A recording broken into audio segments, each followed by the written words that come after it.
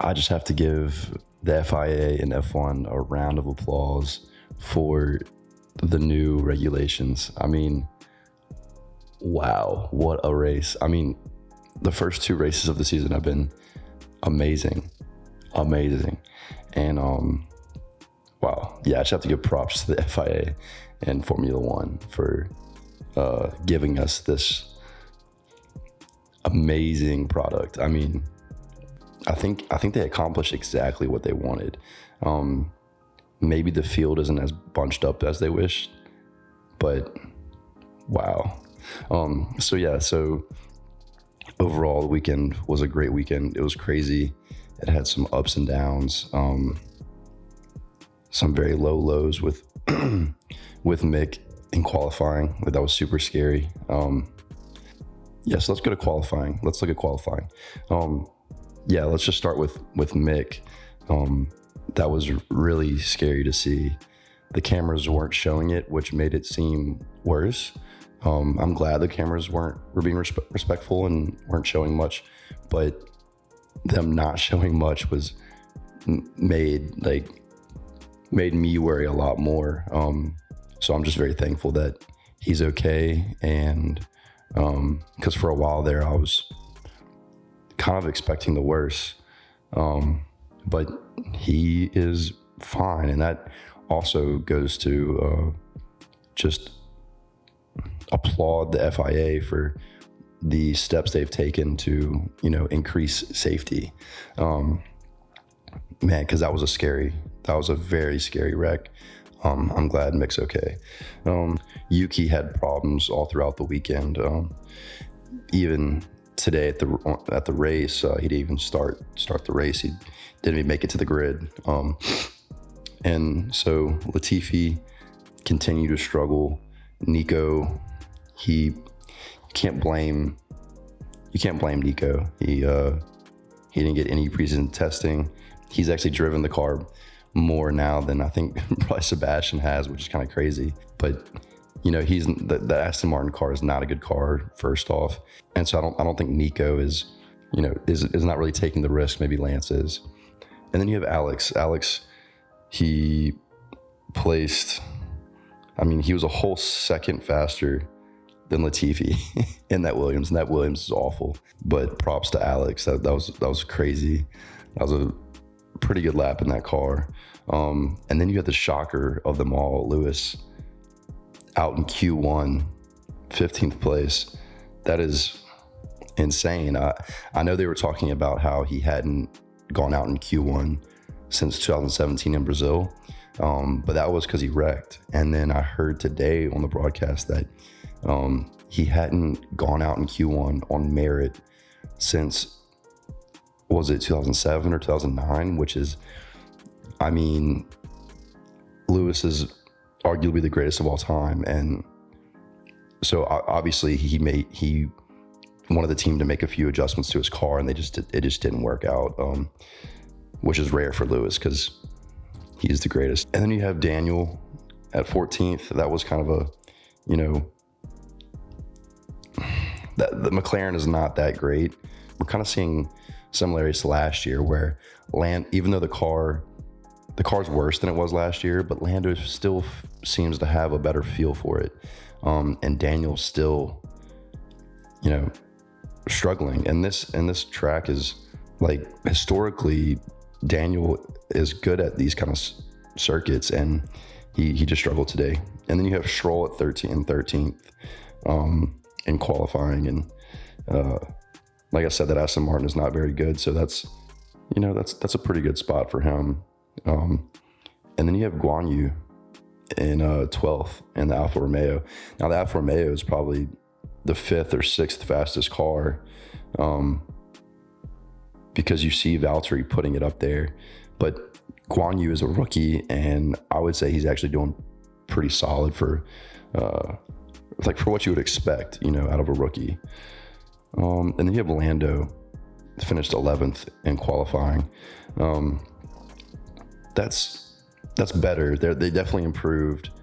Or like Lando said after the race that he doesn't really feel like they improved. This track just suited them better.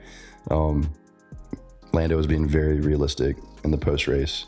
All right, after Lando, you have a K-Mag in 10th, putting the Haas in 10th, which is another solid quali for Haas. It really sucks that that Mick crashed out, because they could have had 2 Haas's in the top 10, which would have been pretty awesome. I may actually have been wrong. I'm not sure if Mick's crash was Q3 or Q2. No, it was definitely Q2. But I was mistaken. No, Mick probably, I don't know, that lap was, I think that lap that he was going on was a pretty solid lap. He may have made it to the top 10. But anyways, you have Gasly in at 9th. That's about what I would expect from the AlphaTauri. And then you have Bottas in 8th. That sounds about right. And then you have probably the most improved for this race was Alpine. You have Alonso in 7th, and then you have Esteban in 5th, who out-qualied George Russell, Mr. Saturday. So that's really good to see if you're an Alpine fan. Yeah, and like I just said, George was in 6th. That's, that car is probably the 3rd fastest. It's definitely the 3rd fastest, I think. And so, but it's just not, something's obviously up for Lewis to go out in Q1. But that's impressive of Russell to still, even if that is the 3rd fastest car, it doesn't seem super stable, I would say, or super consistent. And so for George to put that at 6th, that's pretty solid. And then the other shocker of quali was Max 4th. So it looked like Charles was going to take pole pretty much the entire qualifying session. It just seemed like he had that little bit of edge. But you never count really Max out, because as we saw last year, of the lap that never was, Max can pull tenths just out of his ass. Like, it's kind of crazy. And so I kind of figured it'd be Charles, Max, Carlos, and then Checo. But no, I was shocked, just as everybody was. So Max finished 4th, Carlos 3rd, Charles 2nd, and then Checo, with, as he said, like he could have done that lap 1,000 times and he still wouldn't beat that lap that he did. That it was just probably an all-time great quali lap. I mean, if it was if the stakes were higher, it definitely would be one of the all-time great laps, quali laps. So yeah, my thoughts on the Ferrari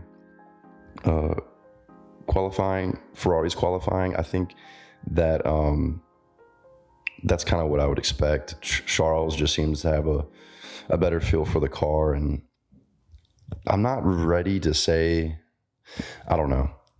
Charles just seems to be a little bit better of a driver. Carlos is not a bad driver. Charles is just next level. Charles, he was 0.2 faster than Carlos, and that seems to be about right. I think Carlos, kind of like what Sergio did right here, kind of pulled out a crazy lap time and beat Max. I think Carlos could easily do that at a few races this year, but I think Charles will be more consistent or will be consistently faster than Carlos, unless,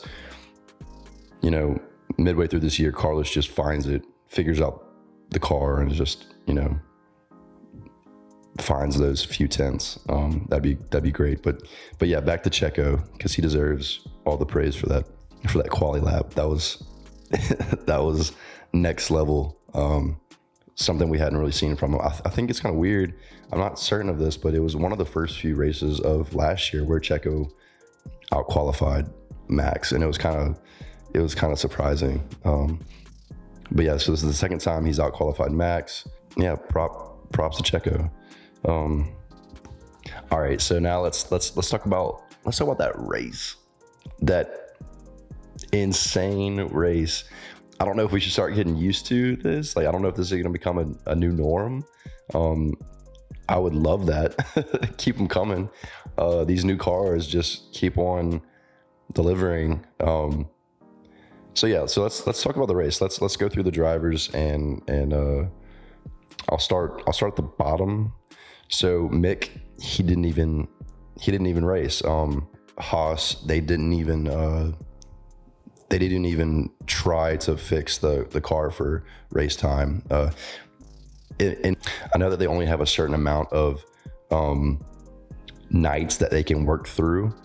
So like you can only work, so there's like a curfew, I think, and so if you want to work past that, you can only do that a certain amount of times in the year. So I don't think they wanted to give one of those up.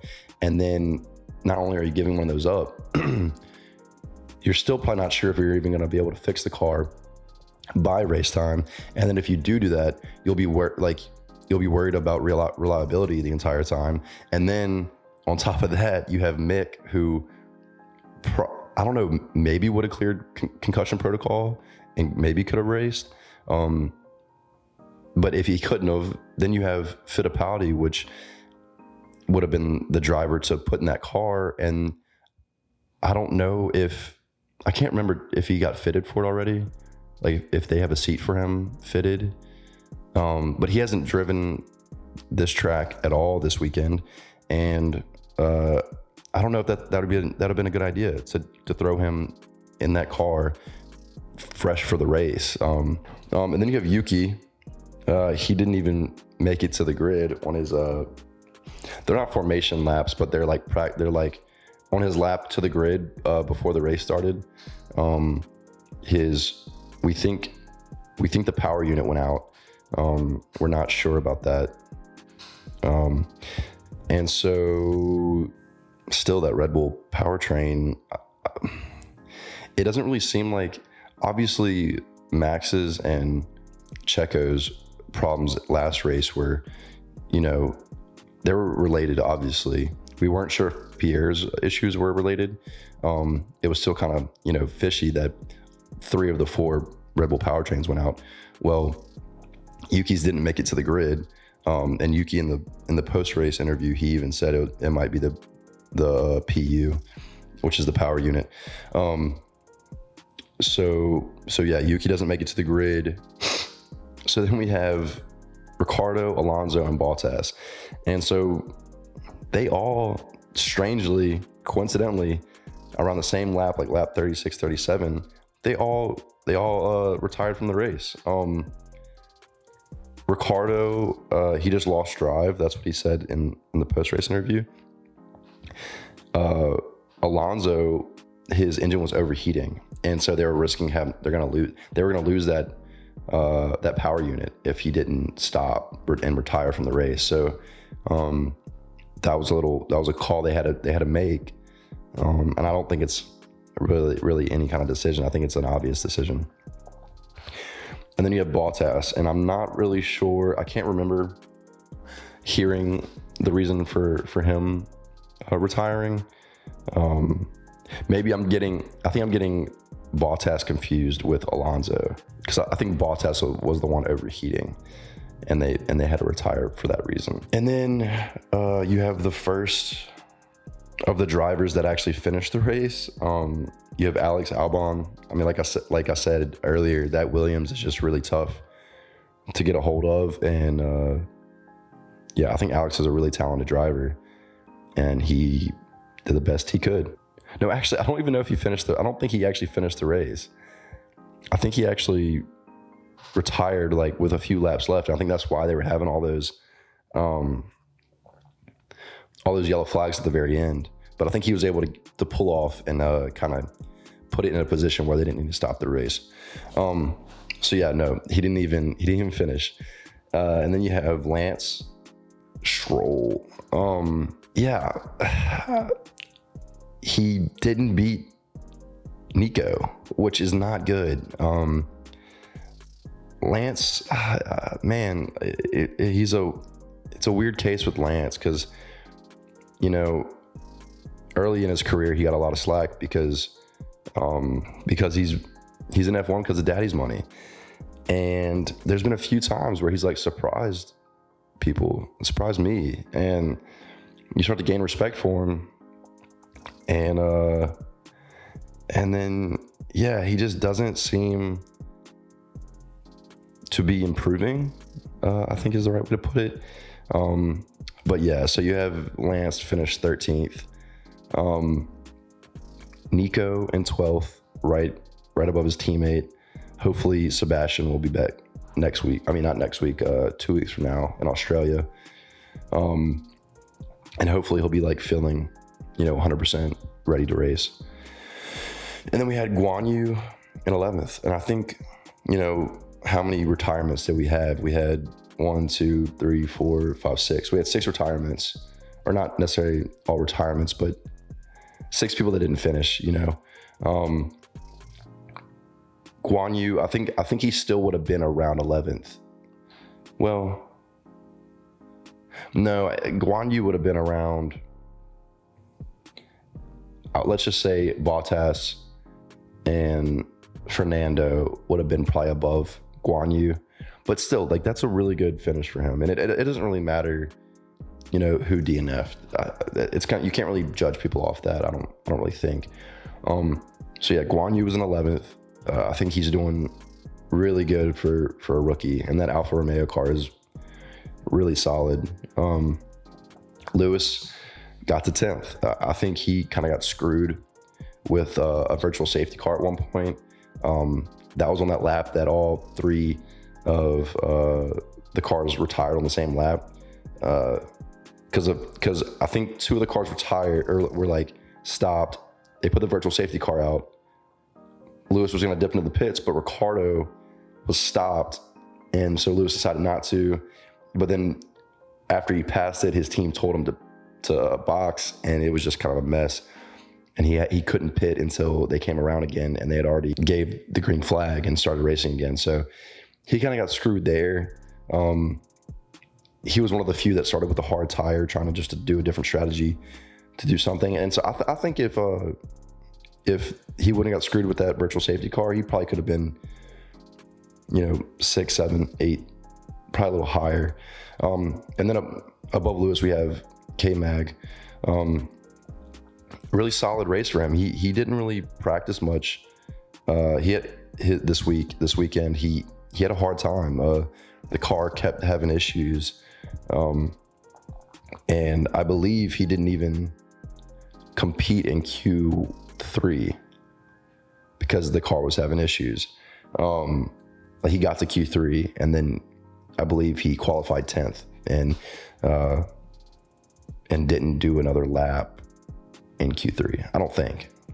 But yeah, so I think the Haas car is a little better than 9th, but K-Mag, like I said, just didn't have a lot of practice this weekend, and so I think he delivered. I think that's a good spot for him. And then in 8th we have Pierre. I think 8th is about where you would expect Pierre. I think I said that about qualifying too, but that's kind of where he was last season too. I think he was a little higher occasionally, like in 5th, 6th, but that's where you want Gasly. That's where if you're AlphaTauri, that's where you want to be, I think, is competing with, at the top of the midfield.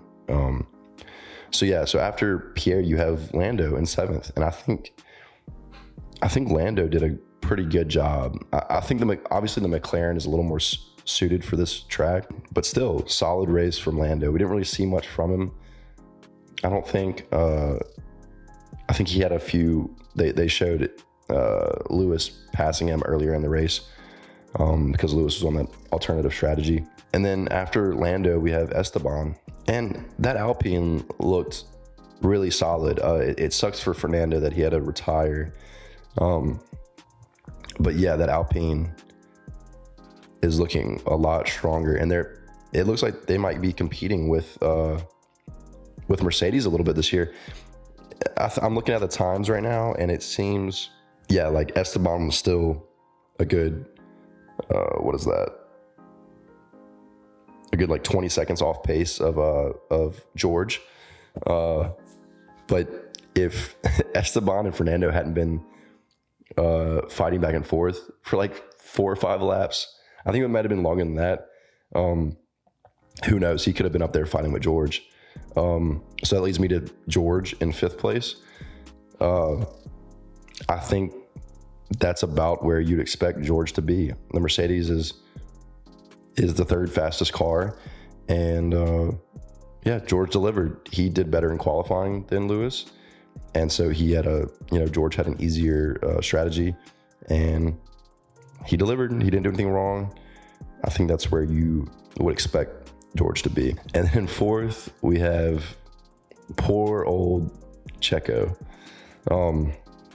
The man just caught the worst luck.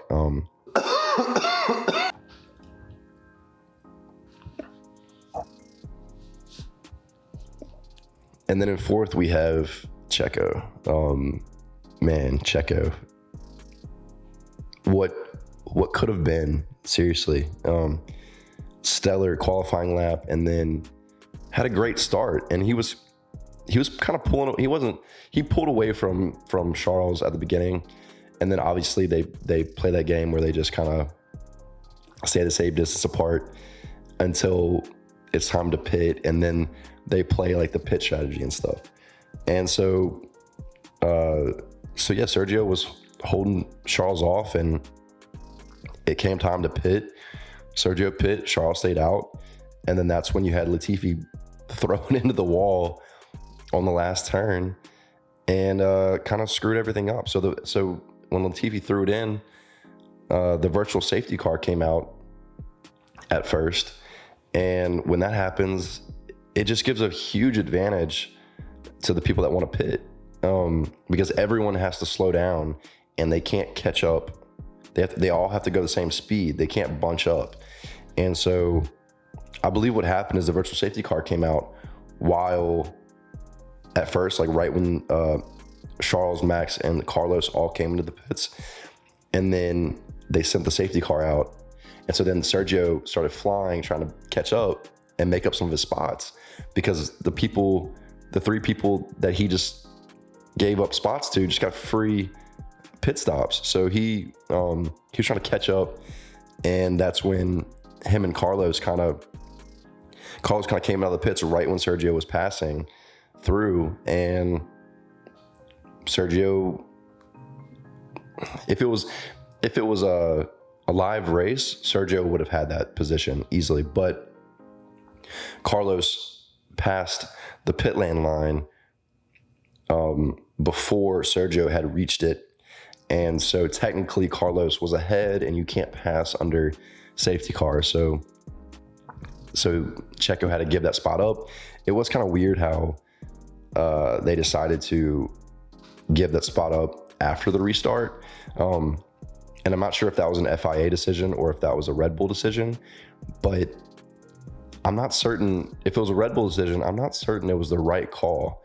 I think they were trying to protect Max in that situation, but in reality, I think if you give that spot up before the safety car, then you give Sergio a chance to fight back and take that spot back on the restart. And so anyways, they kind of sacrificed Checo in a way, which Red Bull kind of has done in the past. And then we have in 3rd, we have Carlos Sainz, and I think he had a really solid race. He's lacking from Charles. He just doesn't have that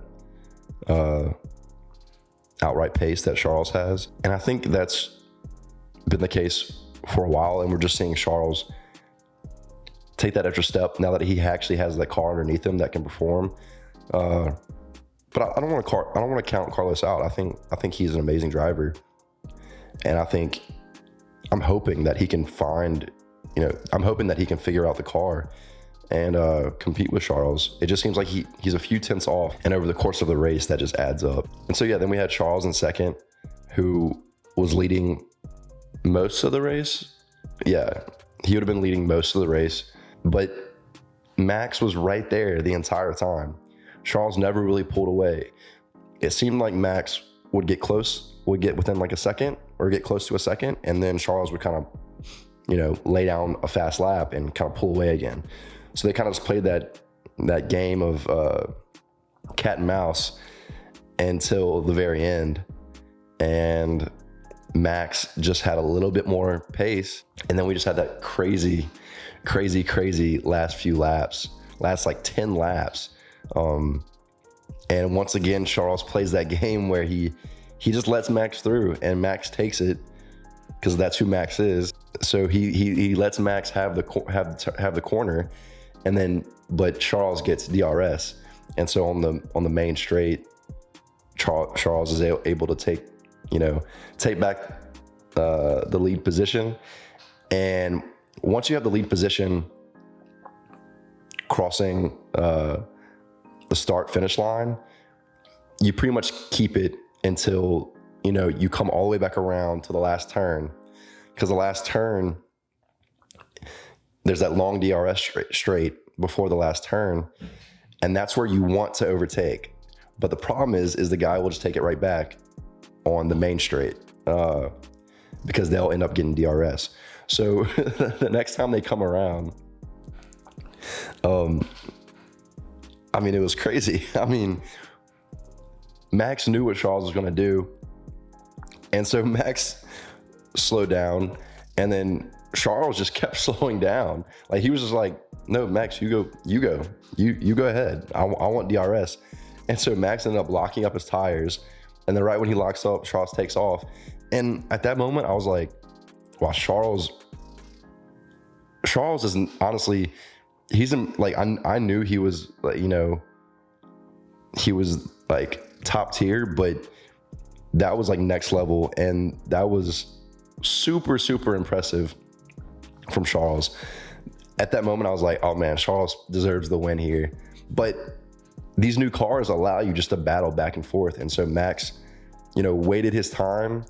I think it was a few more laps. He probably charged up his battery. And on lap like 47, he did it a lot more timidly. On the end of the last turn, he could have easily passed Charles if he would have dove in, but he stayed back. So he kept DRS, and on the main straight, he was able to pass Charles pretty easily. And so, but it still wasn't over then. And they, as everyone knows, they battled back and forth, and Charles gave it one last shot on the last lap. And he finished half a second behind Max. That was a crazy, crazy race. I'm just like in heaven. And I think every other F1 fan is too. And being a Max fan, I really love seeing that, but I'm really just an F1 fan. I think if true F1 fans are F1 fans first, and then they have their, who they like and who they support. But every F1 fan can be excited for the future right now. Like, no matter if your team isn't performing right now, the future is so, so bright for Formula One. And I'm just super excited. I hate that we have a break, that we don't have a race next weekend. But Australia should be, just as exciting as the rest of these have. They've changed a few of the corners in Australia, so that will be interesting to see how that works out. But yeah, Max ended up pulling it out. Man, Max and Charles for the rest of this year, it's gonna be a fun championship fight. We thought last year's was crazy. I could see this one being even crazier. And Max not securing those second place points from the first race could play huge going forward. But it's a long season, and yeah, let's hope we go into the last race all tied up. That's all we can hope for, just a repeat of last year's craziness. So yeah, 2022 Saudi Arabia Grand Prix was one for the books. Man, I thought after last week's race, it was going to be kind of like, okay, let's go back down to earth. But no, like, these new cars just seem to be just what F1 needed. So yeah, like and subscribe if you want to. If you like this video and if you want me to keep doing these. So yeah, all right, thank y'all. I'll see y'all in 2 weeks. All right, bye.